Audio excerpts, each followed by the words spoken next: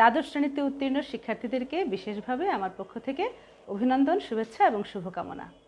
আশা করছি সবাই ভালো ছিলে, ভালো আছো। আর হ্যাঁ, যারা এর মধ্যে দ্বিতীয় পত্রের বইগুলো সংগ্রহ করে নিয়েছো তাদেরকে বিশেষ ধন্যবাদ। আর যারা এখনও বইটি সংগ্রহ করতে পারোনি তাদেরকে অনুরোধ করছি তোমরা যত তাড়াতাড়ি পারো বইটি সংগ্রহ করে নাও। ক্লাসের ধারাবাহিকতায় আজ আমরা দ্বিতীয় পত্রের দ্বিতীয় ক্লাসে আছি। এর আগে আমরা ছিলাম গত ক্লাসে আমরা দ্বিতীয় পত্রের প্রথম অধ্যায়ের প্রথম ক্লাসে বঙ্গভঙ্গ নিয়ে আলোচনা করেছিলাম। আজ এর পরবর্তী অংশ অর্থাৎ ভারত শাসন আইনগুলো নিয়ে আলোচনা করতে যাচ্ছি। তোমরা নিশ্চয়ই জানো প্রথম অধ্যায়টির নাম হচ্ছে ব্রিটিশ ভারতে প্রতিনিধিত্বশীল সরকারের বিকাশ এবং ভারত বিভাগ। এর সময়কাল হচ্ছে 1757 সালের পর থেকে 1947 সাল পর্যন্ত, অর্থাৎ ভারত বিভাগ সময়কাল পর্যন্ত ইতিহাসের যত গুরুত্বপূর্ণ রাজনৈতিক ঘটনাবলী বা রাজনৈতিক পট পরিবর্তন হয়েছে তার সব উল্লেখযোগ্য ঘটনাবলী এই অধ্যায়ের আলোচ্য বিষয়। তো আমরা দেখি আমরা কি কি পড়তে যাচ্ছি। আজ ভারত শাসন আইন এর গুরুত্বপূর্ণ আইনগুলো অর্থাৎ 1909 সালের ভারত শাসন আইন, 1919 সালের ভারত শাসন আইন এবং 1935 সালের ভারত শাসন আইন আর 1947 সালের ভারত স্বাধীনতা আইন এর গুরুত্বপূর্ণ বৈশিষ্ট্য এবং ধারাগুলো আজকে আমরা আলোচনা করতে যাচ্ছি। আমরা প্রথমেই দেখি 1909 সালের ভারতীয় কাউন্সিল আইনের মূল ধারাগুলো কেমন ছিল। তার আগে তোমাদেরকে এই আইন সম্পর্কে একটু বলি। আমরা জানি ব্রিটিশ সরকার ভারতবর্ষে তাদের শাসন ব্যবস্থা, তাদের শাসন কর্তৃত্ব দীর্ঘস্থায়ী করার জন্য নানা ধরনের ষড়যন্ত্র এবং কূটকৌশল আয়ত্ত করা এবং প্রয়োগ করতে থাকে। তো এর একটি উজ্জ্বল দৃষ্টান্ত হচ্ছে এই ভারত শাসন আইনগুলো। তো এই আইনগুলোর মাধ্যমে তারা কিছুদিন পর পর ভারতবাসীকে সন্তুষ্ট করতে চেয়েছিল, থামিয়ে রাখতে চেয়েছিল তাদের আন্দোলন সংগ্রামকে। কিন্তু ভারতবাসী তাৎক্ষণিক বা সাময়িকভাবে আইনগুলো দেখে খুশি হলেও একসময় তারা বুঝে গেছিল যে ভারতবাসীর জন্য এই আইনগুলো কোনো সুফল বা তাদের ভাগ্যের কোনো পরিবর্তন নিয়ে আসবে না। এর প্রেক্ষিতে তারা তাদের স্বাধীনতা দাবিতে সোচ্চার হতে থাকে। শেষ পর্যন্ত 1947 সালের আইনের মাধ্যমে ভারত এবং পাকিস্তান নামে দুটি স্বাধীন সার্বভৌম রাষ্ট্র সৃষ্টি করে দিতে ব্রিটিশ সরকার বাধ্য হয়েছিল। আচ্ছা, তারপরে এখন আমরা দেখছি তাহলে 1909 সালের ভারতীয় কাউন্সিল আইনটি কেন করা হয়েছিল।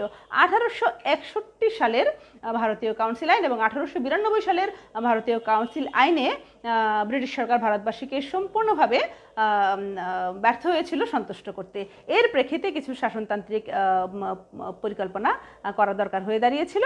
এর প্রেক্ষিতে এই শাসনতান্ত্রিক সংকট দূর করার জন্য তিনি ভারত সরকার ভাইসরয় লর্ড মিন্টো এবং গভর্নর লর্ড মরলির সাথে দীর্ঘদিন পত্রালাপ এর প্রেক্ষিতে 1909 সালে উভয়ে মিলে একটি রিপোর্ট পেশ করে ব্রিটিশ পার্লামেন্টের উচ্চকক্ষে।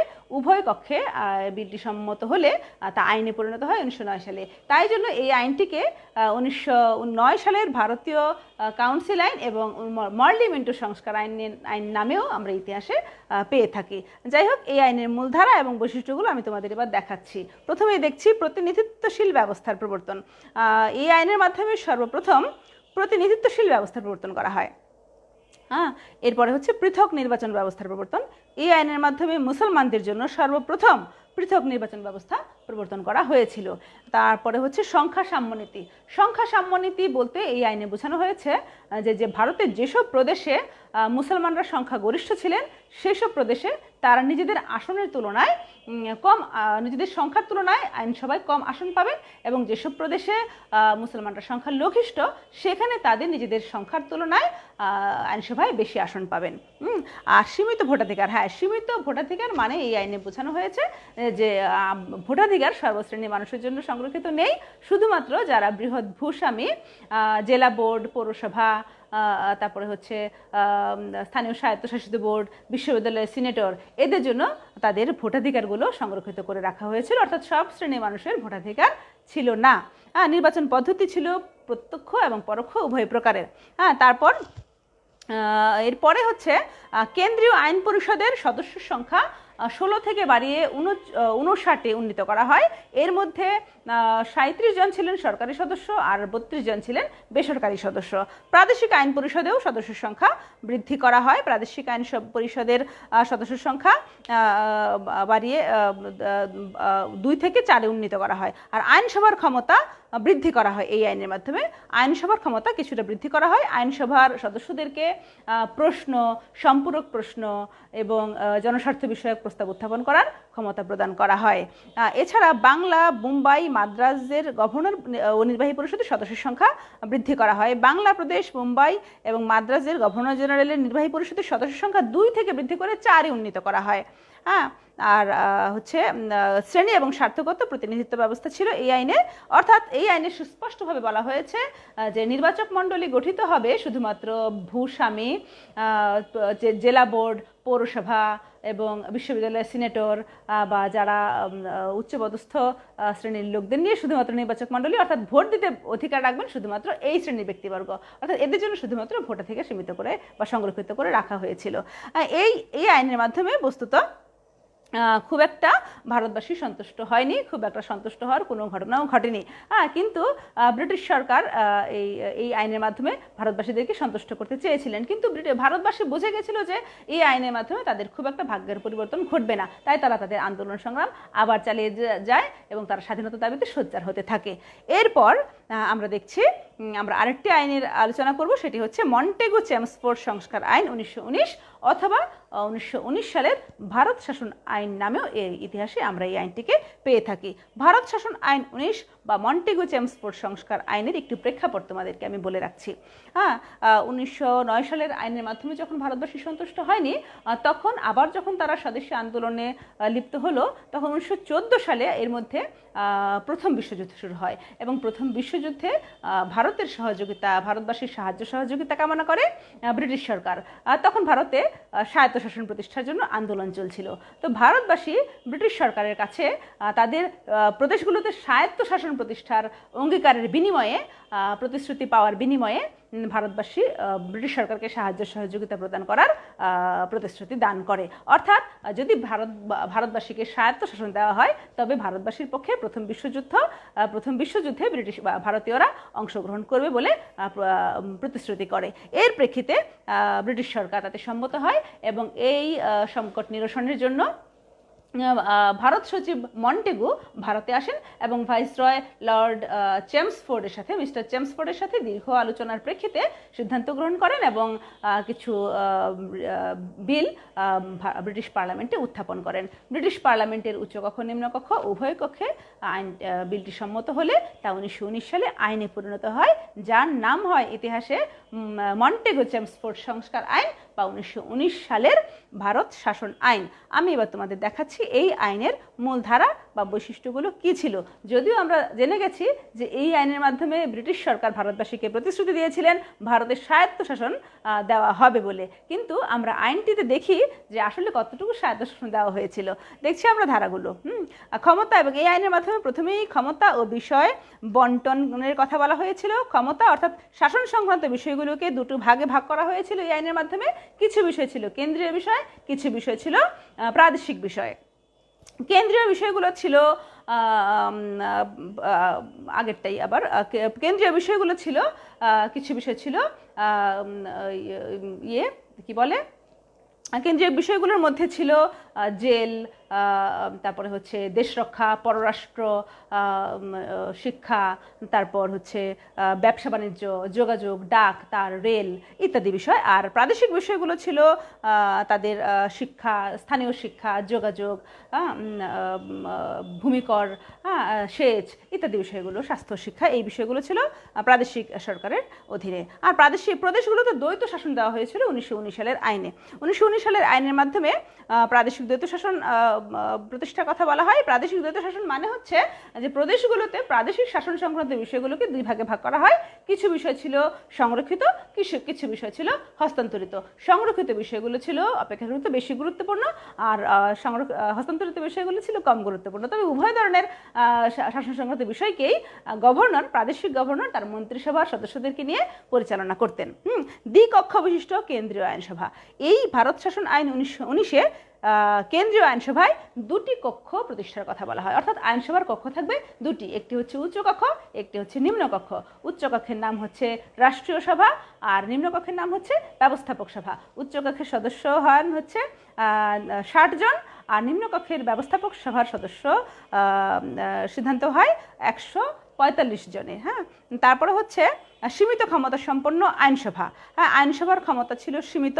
আইনসভার যে কোনো সিদ্ধান্তের উপরে বা যে কোনো মতামত না নিয়েই প্রাদেশিক গভর্নর তার মতামত প্রদর্শন করতে পারতেন বা যে কোনো সিদ্ধান্তের উপরে ভেটো বা নাকচ করতে পারতেন। গভর্নর জেনারেলের শাসন পরিষদ গঠন হয় 7 জন সদস্য নিয়ে। গভর্নর জেনারেলের শাসন পরিষদে 4 জন ছিলেন ব্রিটিশ সরকার কর্তৃক মনোনীত আর বাকি 3 জন ছিলেন ভারতীয় সদস্য। এরপর দেখছি কি আছে, এরপর এই যে এতক্ষণে পেলাম আমরা সংসদীয় সরকার এবং প্রাদেশিক স্বায়ত্তশাসন। যদিও এই প্রতিশ্রুতি দেওয়া হয়েছিল ভারতবাসীকে যে স্বায়ত্তশাসন প্রদান করা হবে, কিন্তু সংসদীয় সরকার সীমিত পরিসরে প্রদানের ব্যবস্থা করা হয় এবং প্রাদেশিক স্বায়ত্তশাসনও খুবই সীমিত পরিসরে প্রাদেশিক স্বায়ত্তশাসন প্রতিষ্ঠার কথা এই আইনে উল্লেখ করা হয়। আর প্রাদেশিক গভর্নরের সীমাহীন ক্ষমতা ছিল, অর্থাৎ প্রাদেশিক আইনসভায় বা প্রাদেশিক মন্ত্রিসভার যে কোনো সিদ্ধান্তকে অগ্রাহ্য করে অগ্রাহ্য করার ক্ষমতা ছিল প্রাদেশিক গভর্নরের। হ্যাঁ, না তো সেই ক্ষেত্রে প্রাদেশিক স্বায়ত্তশাসনের খুব একটা মূল্য ছিল না। আর পৃথক নির্বাচনের ব্যবস্থা করা হয়েছিল, সংখ্যালঘু সম্প্রদায়ের সাথে পরামর্শ করে পৃথক নির্বাচনের ব্যবস্থা রাখা হয়। হ্যাঁ, আর উপদেষ্টা বোর্ড গঠন। উপদেষ্টা বোর্ড গঠন বলতে এই আইনে বোঝানো হয়েছে যে এই আইনটি কার্যকর করার 10 বছর পর এই আইনের কার্যকারিতা পরীক্ষা করার জন্য এই আইনটি কতটুকু কাজে আসলো এই পরীক্ষা করার জন্য একটি উপদেষ্টা বোর্ড গঠন করা হবে। হ্যাঁ, যার কাজ হবে আইনটির 10 বছরের মধ্যে আইনটি কতটুকু কার্যকর হয়েছে বা এই সংক্রান্ত। তারপর হচ্ছে ভারত সচিবের ক্ষমতা বৃদ্ধি। এই আইনের মাধ্যমে ভারত সচিবকে ব্যাপক ক্ষমতা প্রদান করা হয়। কর্ম কমিশন গঠন। সিভিল সার্ভিসে লোক নিয়োগ দেওয়ার জন্য একটি কর্ম কমিশন গঠনের কথা বলা হয় 1919 সালের ভারত শাসন আইনে। তাহলে আমরা দেখছি যে এখানে খুব সীমিত আকারে বা সীমিত পরিসরে প্রাদেশিক স্বায়ত্তশাসন বা দায়িত্বশীল সরকার গঠনের কথা বলা হয়, যদিও তারা প্রতিশ্রুতিবদ্ধ ছিল ভারতবাসীকে স্বায়ত্তশাসন প্রদান করার অঙ্গীকার করেছিল, কিন্তু আসলে ভারতবাসী কিছুদিন পরেই লক্ষ্য করলো যে তাদের আসলে ব্রিটিশ সরকার তাদের ভাগ্যের কোনো পরিবর্তন করবে না। তারা আবার এই প্রেক্ষিতে তারা সোচ্চার হয়ে উঠতে থাকে জাতীয়তাবাদী আন্দোলনে, তারা আবার ব্রিটিশ বিরোধী আন্দোলন গড়ে তুলতে থাকে, ঐক্যবদ্ধ হতে থাকে। যখনই ভারতবাসীরা ঐক্যবদ্ধ হয় এবং আন্দোলনের ঝাঁপিয়ে পড়ে, তখনই ব্রিটিশ সরকার আবার নতুন পরিকল্পনা করে এবং নতুন নতুন কূটকৌশল আয়ত্ত করতে থাকে। এরপর এই আইন যখন ভারতবাসীদের জন্য কোনো সুফল বয়ে আনেনি এবং তারা যখন সন্তুষ্ট হতে পারেনি, তখন 1935 সালে আরেকটি আইন ব্রিটিশ সরকার কার্যকর করে। এই 1935 সালের আইনে আমরা দেখছি, এই প্রেক্ষাপট যদি তোমাদের আমি একটু বলি, 1935 সালে 1919 সালের ভারত শাসন আইন এবং কংগ্রেস প্রদত্ত নেহেরু রিপোর্ট, এরপরে মোহাম্মদ আলী জিন্নাহ প্রদত্ত 14 দফা দাবিকে যখন প্রকাশিত হলো, তখন ব্রিটিশ সরকার সংকটে এবং চিন্তায় পড়ে গেল, নড়ে চড়ে বসলো। এই প্রেক্ষিতে তিনি ভারতবাসীর মনোভাব বোঝার প্রয়োজনীয়তা অনুভব করলেন। তখন ভারতবাসীকে কিভাবে আবার সন্তুষ্ট রাখা যায়, কিভাবে কিছুদিন থামিয়ে রাখা যায়, তারা আবার কূটকৌশল ভাবতে থাকে। এই প্রেক্ষিতে ভারতবাসীদের মনোভাব বোঝার জন্য ব্রিটিশ সরকার পরপর 3টি গোল টেবিল বৈঠকের আহ্বান করেন। এরপর এই গোল টেবিল বৈঠকে কংগ্রেস নেতাগণ এবং মুসলিম লীগের নেতাদের সাথে আলাপ আলোচনার প্রেক্ষিতে ব্রিটিশ সরকার বুঝতে পারে যে তাদের মূল দাবি হচ্ছে স্বায়ত্তশাসন প্রতিষ্ঠা, যা এর আগেও প্রতিশ্রুতিবদ্ধ হয়ে ব্রিটিশ সরকার প্রদান করেনি। তো এই স্বায়ত্তশাসন প্রতিষ্ঠার অঙ্গীকার করে 1935 সালে ব্রিটিশ সরকার আরেকটি আইন প্রণয়ন করেন, যার নাম হয় ভারত শাসন আইন 1935। আমরা বলেছি একবার আমি যে এই আইনের মূল কথাই ছিল প্রদেশগুলোতে স্বায়ত্তশাসন প্রদান করা। তাহলে আমরা এই আইনের বৈশিষ্ট্যগুলো বা মূল ধারাগুলো একটু বিশ্লেষণ করি, দেখি আসলে কতটুকু স্বায়ত্তশাসন দেওয়া হয়েছিল, প্রকৃতপক্ষে স্বায়ত্তশাসন দেওয়া হয়েছিল কিনা। আমরা দেখছি ভারত শাসন আইনের মূল ধারা বা বৈশিষ্ট্যগুলো কি কি ছিল, তোমাদের দেখাচ্ছি। প্রথমেই দেখছি আমরা সর্বভারতীয় যুক্তরাষ্ট্র গঠনের পরিকল্পনা করা হয়েছিল। এই আইনে ব্রিটিশ ভারতের 11টি প্রদেশ এবং যোগদানে ইচ্ছুক অন্যান্য দেশীয় রাজ্যগুলো নিয়ে একটি সর্বভারতীয় যুক্তরাষ্ট্র গঠনের পরিকল্পনা করা হয়। হ্যাঁ, আর হচ্ছে সরকারি বিষয়গুলো বিভাগ এবং ক্ষমতা বন্টন নীতি প্রয়োগ করা হয় এই আইনে, অর্থাৎ সরকারি বিষয়গুলো এবং সরকারি ক্ষমতাগুলো 3টে ভাগে ভাগ করার সিদ্ধান্ত গ্রহণ করা হয়। এর কিছু বিষয় ছিল শাসন সংক্রান্ত বিষয়গুলো 3টে ভাগে ভাগ করা হয়েছিল, কিছু বিষয় ছিল কেন্দ্রীয় সরকারের হাতে, কিছু বিষয় ছিল প্রাদেশিক সরকারের হাতে, আবার কিছু কিছু বিষয় ছিল উভয় সরকার অর্থাৎ যুগ্ম বিষয়ে বলে বিবেচিত করা হয়েছিল। হ্যাঁ, তো এই 3 ভাগে ভাগ করা হয়েছিল। এছাড়া এই আইনের মাধ্যমে কেন্দ্রে দ্বৈত শাসন প্রয়োগ করা হয়েছিল। আমরা একটু আগে বলেছি যে 1919 সালে প্রদেশগুলোতে দ্বৈত শাসন ব্যবস্থা ছিল। এইবার আইনে এই 1919 সালের প্রদেশের দ্বৈত শাসন রহিত করে এবার কেন্দ্রের দ্বৈত শাসন প্রবর্তন করা হয়। অর্থাৎ 1919 সালে যে প্রাদেশিক দ্বৈত শাসন ছিল, কিছু বিষয় হস্তান্তরিত এবং কিছু বিষয় সংরক্ষিত, এবারও এই 1935 সালের আইনেও কেন্দ্রের দ্বৈত শাসন ঠিক একইভাবে করা হয়। কেন্দ্রের শাসন সংক্রান্ত বিষয়গুলোকে 2টি ভাগে ভাগ করা হয়, কিছু বিষয় ছিল সংরক্ষিত, কিছু বিষয় ছিল হস্তান্তরিত। স্বাভাবিকভাবেই সংরক্ষিত বিষয়গুলো ছিল অধিক গুরুত্বপূর্ণ এবং এই উভয় প্রকার শাসন সংক্রান্ত কাজগুলোকে গভর্নর তার মন্ত্রী পরিষদকে নিয়ে পরিচালনা করতেন। তো এছাড়া দেখছি কি আছে, যুক্তরাষ্ট্রীয় আদালত। হ্যাঁ, যুক্তরাষ্ট্রীয় আদালত বলতে যুক্তরাষ্ট্রীয় আদালতে প্রধান একজন বিচারপতি এবং 2 জন আরও বিচারক নিয়ে যুক্তরাষ্ট্রীয় আদালত গঠনের কথা এই 1935 সালের ভারত শাসন আইনে বিধান করা হয়। এখন দেখছি কি আছে, গভর্নর জেনারেল ও প্রাদেশিক গভর্নরদের বিশেষ ক্ষমতা।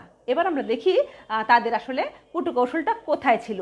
এই যে এই আইনে প্রতিশ্রুতিবদ্ধ ছিল তারা প্রাদেশিক স্বায়ত্তশাসন প্রদান করা হবে, কিন্তু গভর্নর জেনারেল এবং প্রাদেশিক গভর্নরদের তার বিনিময়ে ব্যাপক এবং চূড়ান্ত ক্ষমতা দেওয়া হয়েছিল। প্রদেশগুলোতে স্বায়ত্তশাসন দেওয়া হয়েছিল একাধারে, আবার অপরদিকে প্রাদেশিক গভর্নরকে এবং গভর্নর জেনারেলকে প্রচুর ক্ষমতা দিয়ে এই প্রাদেশিক স্বায়ত্তশাসনকে সীমাবদ্ধ করা হয়েছিল।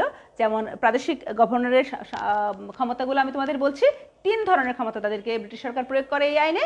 এক ছিল বিশেষ ক্ষমতা, আরেকটি ছিল স্বেচ্ছাধীন ক্ষমতা, আরেকটি হচ্ছে ব্যক্তিগত বিচার বুদ্ধিমূলক ক্ষমতা। তাহলে তোমরা বুঝতেই পারছো যে এই 3 ধরনের ক্ষমতা প্রদান করার প্রেক্ষিতে প্রাদেশিক স্বায়ত্তশাসন আসলে কতটুকু কার্যকর হতে পারে। যাই হোক, এই 3 ধরনের ক্ষমতা এবং ব্যাপক ক্ষমতা ভোগ করায় প্রাদেশিক স্বায়ত্তশাসন খুবই নামমাত্র এবং অর্থহীন হয়ে দাঁড়িয়েছিল। এরপরের অংশগুলো আমরা দেখছি। এরপর আরও কিছু এই ধারা এখানে আছে। দ্বিকক্ষ বিশিষ্ট কেন্দ্রীয় আইনসভা। এই আইনে, ভারত শাসন আইনে দ্বিকক্ষ বিশিষ্ট কেন্দ্রীয় আইনসভা করা হয়, অর্থাৎ কেন্দ্রীয় আইনসভায় 2টি কক্ষ ছিল। এই আইনেও কেন্দ্রীয় আইনসভার 2টি কক্ষের একটি কক্ষ ছিল উচ্চকক্ষ আর একটি ছিল নিম্নকক্ষ। উচ্চকক্ষের নাম ছিল রাষ্ট্রীয় সভা, যার সদস্য সংখ্যা ছিল 260 এবং প্রাদেশিক কেন্দ্রীয় আইন আর ইয়েতে ছিল নিম্নকক্ষ ব্যবস্থাপক সভায় সদস্য সংখ্যা ছিল 375 জন। হ্যাঁ, এই আইনে এই সংখ্যা বাড়িয়ে এই সংখ্যা তৈরি করা হয়। নতুন প্রদেশ গঠন, সিন্ধু উত্তরপ্রদেশ নামে 2টি নতুন প্রদেশ গঠন করার সিদ্ধান্ত এই আইনের মাধ্যমে গ্রহণ করা হয়। আর এই আইনে সর্বপ্রথম বার্মাকে, বর্তমানে যে দেশটি মায়ানমার বলে আমরা চিনে থাকি, সেই বার্মাকে এই 1935 সালের আইনে ভারতবর্ষ থেকে পৃথক করে দেওয়া হয়। হ্যাঁ, আর আইনসভার উপর স্বাভাবিকভাবেই শাসন বিভাগের নিয়ন্ত্রণ প্রতিষ্ঠিত হয়। আইনসভা কর্তৃক প্রণীত যে কোনো আইনের বিরুদ্ধে শাসন বিভাগ বা প্রাদেশিক গভর্নর ভেটো প্রদান করতে পারতেন, নিষেধাজ্ঞা জারি করতে পারতেন। তারপরে হচ্ছে স্পিকার এবং ডেপুটি স্পিকার নির্বাচন। এই আইনের মাধ্যমে সর্বপ্রথম স্পিকার এবং ডেপুটি স্পিকার নির্বাচনের সিদ্ধান্ত বা বিধান করা হয়েছিল। এই হচ্ছে 1935 সালের আইন। হ্যাঁ, এখন 1935 সালের এই আইনটি আমরা দেখি কেন মূলত ভারতবাসীদের কোনো উপকারে আসেনি বা ভারতবর্ষে কেন প্রাদেশিক স্বায়ত্তশাসন প্রকৃতপক্ষে প্রতিষ্ঠিত হয়নি। প্রতিষ্ঠিত না হওয়ার পিছনে যে যুক্তিগুলো রয়েছে তা এবার তোমাদেরকে দেখাচ্ছি। আমরা দেখতে পাচ্ছি যে আইনটি, এই 1935 সালের ভারত শাসন আইনটি নামমাত্র এবং অর্থহীন হওয়ার যেসব কারণ ছিল তা এখানে তাদের পয়েন্ট আকারে দেখিয়ে দিচ্ছি। এক হচ্ছে গভর্নরদের অনিয়মতান্ত্রিক শাসন। প্রাদেশিক গভর্নরগণ যে বিশেষ ক্ষমতা এবং স্বেচ্ছাধীন ক্ষমতা পেয়েছিলেন বা তারা আসলে প্রকৃতপক্ষে নিয়মতান্ত্রিক শাসক ছিলেন না, তারা ব্রিটিশ সরকারের এজেন্ট ছিলেন এবং তাদের আইনসভা কর্তৃক প্রণীত যে কোনো আইনের উপরে তাদের ভেটো দেওয়ার ক্ষমতা ছিল। তাই জন্য তাদের এই আইনটি অর্থহীন এবং নামমাত্র হয়ে গেছিল। হ্যাঁ, পরবর্তীতে দেখছি কি গভর্নরদের জবাবদিহিতার অভাব। গভর্নরগণ ভারতবাসীর কাছে বা আইনসভার কাছে কোনোভাবেই জবাবদিহি করার কোনো প্রয়োজন ছিল না। তারা জবাবদিহি করতেন ব্রিটিশ সরকারের কাছে। আর ব্রিটিশ বিশেষ দায়িত্ব পালন সংক্রান্ত ক্ষমতা, বিশেষ দায়িত্ব পালন মানে বিশেষ ক্ষমতা প্রাপ্ত ছিলেন তারা। বিশেষ ক্ষমতা, স্বেচ্ছাধীন ক্ষমতা, ব্যক্তিগত বিচারবুদ্ধিমূলক ক্ষমতার কথা তোমাদের আমি আগেই বলেছি। এই বিশেষ ক্ষমতাপ্রাপ্ত হয়ে তারা যে কোনো সিদ্ধান্ত নিতে পারতেন, অর্থাৎ আইনসভা কোনো সিদ্ধান্ত গ্রহণ করলে বা মন্ত্রিসভা কোনো সিদ্ধান্ত গ্রহণ করলে প্রাদেশিক গভর্নর তাতে বিরোধী দিতে পারতেন, নাকচ করতে পারতেন। আবার প্রাদেশিক গভর্নর যদি এখানে সম্মত হতেন তাহলে গভর্নর জেনারেল সেখানে ভেটো দিতে পারতেন। আবার প্রাদেশিক গভর্নর বা গভর্নর জেনারেলের কোনো মানে প্রাদেশিক আইনসভায় কোনো সম্মতি দিয়ে থাকলে ব্রিটিশ রাজা বা রানী সেখানে ভেটো দেওয়ার ক্ষমতা রাখতেন। তাহলে এই আইনটি, এই যে বিশেষ করে স্বায়ত্তশাসন প্রদান করার বিষয়টি কতটুকু নামমাত্র এবং অর্থহীন ছিল তোমরা নিশ্চয়ই বুঝতে পারছো এতক্ষণে। এরপরে আছে হচ্ছে প্রাদেশিক শাসনের হস্তক্ষেপ। হ্যাঁ, প্রাদেশিক শাসন ব্যবস্থায়ও প্রাদেশিক গভর্নর হস্তক্ষেপ করতে পারতেন। যে কোনো সময় তারা মন্ত্রিসভা ভেঙে দেওয়ার ক্ষমতাপ্রাপ্ত ছিলেন, গভর্নর জেনারেলের এজেন্ট ছিলেন তারা। তাই জন্য তারা ভারতবাসীর কোনো উপকার হবে বা ভারতবাসীদের পক্ষে যাবে এমন কোনো সিদ্ধান্ত তারা কখনো গ্রহণ করতেন না, যেহেতু তারা ব্রিটিশ সরকারের এজেন্ট ছিলেন। তাদের উদ্দেশ্য আমরা জানি, মূল উদ্দেশ্য হচ্ছে ব্রিটিশ সরকার যেন দীর্ঘদিন ভারতবর্ষে তাদের শাসন কর্তৃত্ব প্রয়োগ করতে পারে। তো এই আইনটি এই সব কারণে আসলে কার্যকর ছিল না ভারতবাসীদের পক্ষে কোনোভাবে। এরপরে ভারতবাসী আরও ব্যাপকভাবে তাদের আন্দোলন সংগ্রাম জোরদার করে ঐক্যবদ্ধ হতে থাকে এবং আরও বেশি করে তারা স্বাধীনতা আন্দোলনে মগ্ন হতে থাকে। হ্যাঁ, আর এই আইনটি কার্যকর হওয়ার আরও কিছু কারণ রয়েছিল, যেমন প্রাদেশিক গভর্নর বা গভর্নর জেনারেল জরুরি অবস্থা ঘোষণা করতে পারতেন এবং গভর্নরকে অধ্যাদেশ জারি করার ক্ষমতা দেওয়া হয়েছিল। হ্যাঁ, আর প্রাদেশিক শাসন সংক্রান্ত যে কোনো বিষয়ে ভেটো প্রদান করার ক্ষমতা তাদের ছিল। আর্থিক ক্ষেত্রে গভর্নরের অপ্রতিহত ক্ষমতা ছিল। গভর্নরের প্রাদেশিক মন্ত্রিসভা ভেঙে দেওয়ারও ক্ষমতা ছিল।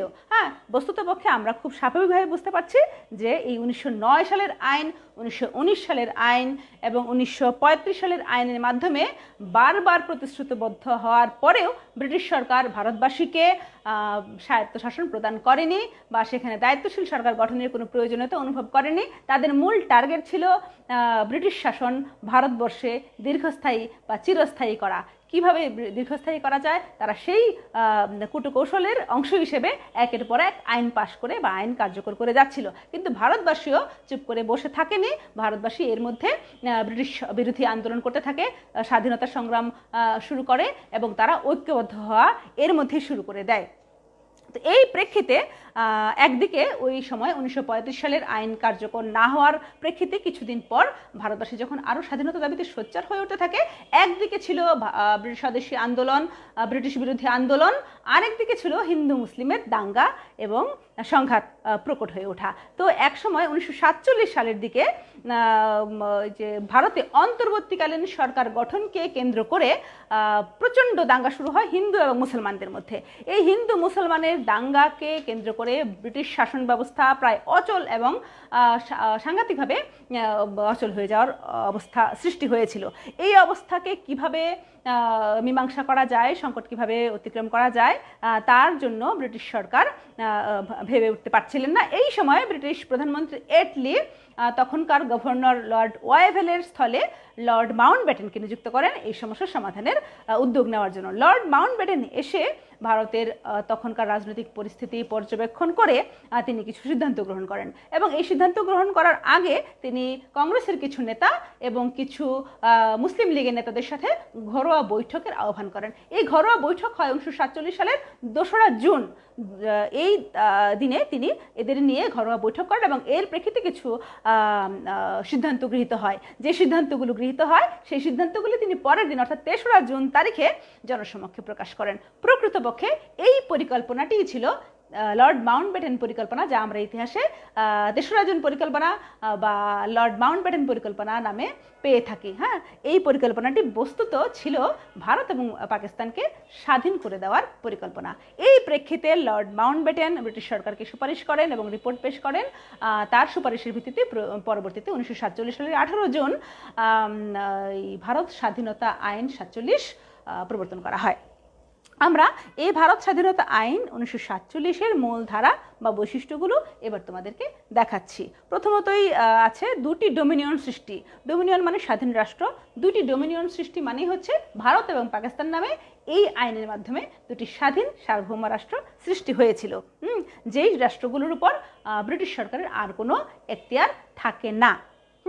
ডোমিনিয়ন গণপরিষদ গঠন, এই দুটি রাষ্ট্রের জন্য সংবিধান সৃষ্টি করতে, সংবিধান তৈরি করার প্রয়োজনীয়তা সাপেক্ষে ডোমিনিয়নের স্ব গণপরিষদ তৈরি করা হয় এবং এই গণপরিষদের হাতে দায়িত্ব দেওয়া হয় সংবিধান প্রণয়ন করার। যতদিন পর্যন্ত না সংবিধান প্রণয়ন হচ্ছে ততদিন পর্যন্ত রাষ্ট্রগুলোর বা স্ব রাষ্ট্রের শাসন ক্ষমতা বা শাসন কাজ পরিচালনা করার দায়িত্ব ছিল এই গণপরিষদের হাতে।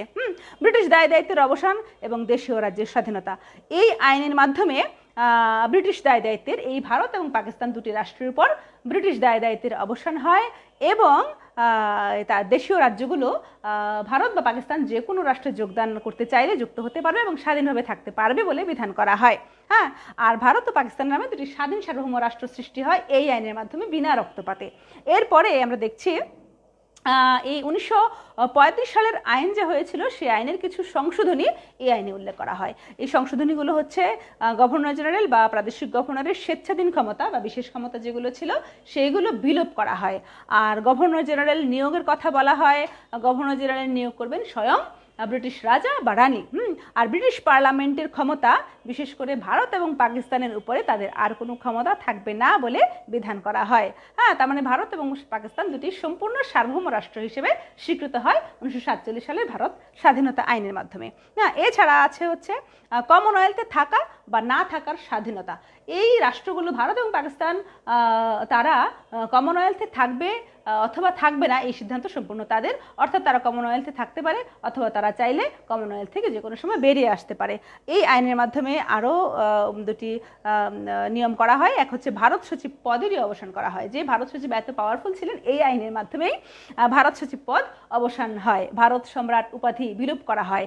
এবং সিভিল সার্ভেন্টদের প্রসঙ্গে এই আইনে বলা হয়েছে যে যারা 1947 সালের আগে সরকারি কর্মে নিযুক্ত ছিলেন অর্থাৎ সিভিল সার্ভিসে কাজ করতেন, তারা যদি আবার ভারত বা পাকিস্তান যে কোনো রাষ্ট্রে আবার চাকরি করতে চান তাহলে তারা আগের ন্যায় সুযোগ সুবিধা প্রাপ্ত হবেন বলে এই আইনে বিধান করা হয়। তা আমরা দেখছি 1947 সালের আইনটি ভারত এবং পাকিস্তানের জন্য অত্যন্ত গুরুত্বপূর্ণ একটি অধ্যায় এবং এই আইনের মাধ্যমেই আমরা ভারতবর্ষ স্বাধীন করতে পেরে স্বাধীনতা পেয়েছি এবং ভারত পাকিস্তান নামে দুটি স্বাধীন রাষ্ট্র পৃথিবীর মানচিত্রে স্থান করে নিয়েছে। এই আইনের তাৎপর্য যদি আমি তোমাদের বলি তাহলে বলতে হয় ব্রিটিশ ভারতের রাজনৈতিক এবং শাসনতান্ত্রিক সমস্যা সমাধানের পথে এই আইনটি 1947 সালের আইনটি সর্বাপেক্ষা গুরুত্বপূর্ণ পদক্ষেপ ছিল। এই আইনের মাধ্যমে 200 বছরের ব্রিটিশ শাসনের অবসান এবং দুটি স্বাধীন সার্বভৌম রাষ্ট্র সৃষ্টি হয়েছিল। ভারত এবং পাকিস্তানের দায়িত্বশীল সরকার প্রতিষ্ঠিত হয়েছিল এই আইনের মাধ্যমে। এবার আমি তোমাদের একটু বাড়ির কাজ দিয়ে দিচ্ছি। এই ছিল 1947 সালে ভারত স্বাধীনতা আইনের তাৎপর্য। বাড়ির কাজ লিখে নাও, আমি আবার তোমাদের যা পড়ালাম সারসংক্ষেপে আবার বলছি। বাড়ির কাজটা লিখে নাও। বাড়ির কাজ হচ্ছে তোমাদের 1919 সালের ভারত শাসন আইনের মূল ধারাগুলো লিখো। তোমরা একটু কষ্ট করে লিখে নিলে আমার জন্য ভালো হয়। পরবর্তী ক্লাসে তোমাদের কোনো সমস্যা থাকলে আমাকে জানাবে এবং এই সমস্যাগুলো আমি সমাধান করার চেষ্টা করব। বাড়ির কাজটা আগে লিখো। 1919 সালের ভারত শাসন আইনের মূল ধারাগুলো লিখো। 1935 সালের ভারত শাসন আইনটি কেন নামমাত্র বা অর্থহীন ছিল? যেহেতু আমরা জেনেছি 1935 সালের ভারত শাসন আইনে যে স্বায়ত্তশাসন প্রদানের কথা বলা হয়েছিল তাতে শুধু তত্ত্বগতভাবেই লেখা ছিল বা কাগজে কলমে লিপিবদ্ধ ছিল, বাস্তবে এটি ভারতবাসীদের জন্য কোনো উপকারে আসেনি। এই আইনটি কেন নামমাত্র বা অর্থহীন ছিল লিখে দাও। পরবর্তী প্রশ্ন, 1947 সালের ভারত স্বাধীনতা আইনের বৈশিষ্ট্য ব্যাখ্যা করো, অথবা এর সাথে তোমরা পড়ে নিও এই আইনের তাৎপর্য কতটুকু ছিল। এরপর এই অধ্যায়ের আরও ছোট ছোট অনুধাবনমূলক প্রশ্ন বা তোমাদের জন্য গুরুত্বপূর্ণ আরও কয়েকটি বিষয় আমি বলছি। যে প্রথমত হচ্ছে চেঞ্জ করতে হবে। তারপরে হচ্ছে প্রথমত হচ্ছে অসহযোগ আন্দোলন। অসহযোগ আন্দোলন ছিল 1920 থেকে 1922 সালের মধ্যে, যে ডাক দিয়েছিলেন মহাত্মা গান্ধী। তার এই কর্মসূচিগুলোর মধ্যে ছিল ব্রিটিশ সরকার প্রদত্ত সকল সুযোগ সুবিধা, ব্রিটিশ সরকারের যে কোনো ধরনের স্কুল কলেজ সব কিছু বয়কট করা, বর্জন করা, তাদের দেওয়া উপাধি বা পদবি সব কিছু বর্জন করা। হ্যাঁ, এই হচ্ছে অসহযোগ আন্দোলন। এর সময়কাল ছিল 1920 থেকে 1922। আর এরপরে ছিল বেঙ্গল প্যাক্ট। বেঙ্গল প্যাক্ট হচ্ছে তোমাদের হয়তো নাম শুনেছ দেশবন্ধু চিত্তরঞ্জন দাসের কথা। দেশবন্ধু চিত্তরঞ্জন দাস ছিল একজন অসাম্প্রদায়িক রাজনীতিবিদ। তিনি বুঝেছিলেন বা তিনি উপলব্ধি করেছিলেন যে ভারতে যদি হিন্দু মুসলিমের দ্বন্দ্ব সংঘাত বন্ধ না হয় বা তাদেরকে যদি তাদের মধ্যে যদি ঐক্য প্রতিষ্ঠা করা না যায়, তাহলে কখনোই ভারতবর্ষ স্বাধীন করা যাবে না। এবং এই ব্রিটিশদের এই চালাকি তিনি উপলব্ধি করতে পেরেছিলেন বলে তিনি 1923 সালে বাংলা চুক্তি বা বেঙ্গল প্যাক্ট নামে একটি চুক্তিতে কংগ্রেস নেতাদেরকে এবং মুসলিম লীগের নেতাদেরকে স্বাক্ষর করিয়েছিলেন এবং তাদেরকে বোঝাতে সক্ষম হয়েছিলেন যে আসলে এই যে ভাগ করো শাসন করার নীতি অবলম্বন করেছেন, এটি আসলে ব্রিটিশদের কূটকৌশল, ভারতে দীর্ঘদিন তাদের শাসন ব্যবস্থাকে দীর্ঘায়িত করা। এছাড়া 1940 সালের দ্বিজাতি তত্ত্বের কথা তোমরা হয়তো শুনেছ। মোহাম্মদ আলী জিন্নাহ তার একটি তত্ত্ব প্রকাশ করেছিলেন, যেটি দ্বিজাতি তত্ত্ব নামে অভিহিত ইতিহাসে। তার মূল বিষয়বস্তু ছিল তিনি বুঝতে পেরেছিলেন বা তিনি ধারণা করেছিলেন যে ভারতে ধর্মীয় ভিত্তিতে দুটি সম্প্রদায়ের বসবাস, একটি হচ্ছে হিন্দু সম্প্রদায়, অপরটি হচ্ছে মুসলমান সম্প্রদায়। এই দুটি সম্প্রদায়ের মধ্যে কিছু ধর্মীয় বিধিবিধানের আলোকে তাদের জীবনযাপন প্রণালী আলাদা। তো এই প্রেক্ষিতে তিনি একটি তথ্য প্রকাশ করেছিলেন যে যদি ভারতবর্ষকে স্বাধীন করতে হয়, তাহলে ধর্মের ভিত্তিতে দুটি জাতিকে সম্পূর্ণ আলাদা রাষ্ট্র দিয়ে গঠন করা হোক, তাতে পরবর্তীতে আবার ধর্মীয় ভিত্তিতে তাদের মধ্যে দ্বন্দ্ব সংঘাত হবে না। এই ছিল তার দ্বিজাতির তত্ত্ব, জিন্নাহর দ্বিজাতির তত্ত্ব। তো এই অংশগুলো তোমরা পড়ে নিও। আর কোনো সমস্যা, এই অংশগুলো পড়তে তোমাদের যা সমস্যা থাকবে, কোনো জটিলতা মনে হলে আমাকে ইনবক্স করতে পারো। আগে অনেকে করেছো এর আগের ক্লাস দেখে, আমি চেষ্টা করেছি তোমাদের সঙ্গে কথা বলার। নিঃসংকোচে আমাকে ফোন করতে পারো, ইনবক্সে জানাতে পারো, কমেন্টস করতে পারো। আমি তোমাদের পাশে আছি এবং তোমাদের যতদিন পর্যন্ত না কলেজে ক্লাস হচ্ছে ততদিন পর্যন্ত অনলাইনেই তোমাদের সাথে আমাদের দেখা হবে, যোগাযোগ হবে। এই প্রেক্ষিতে তোমরা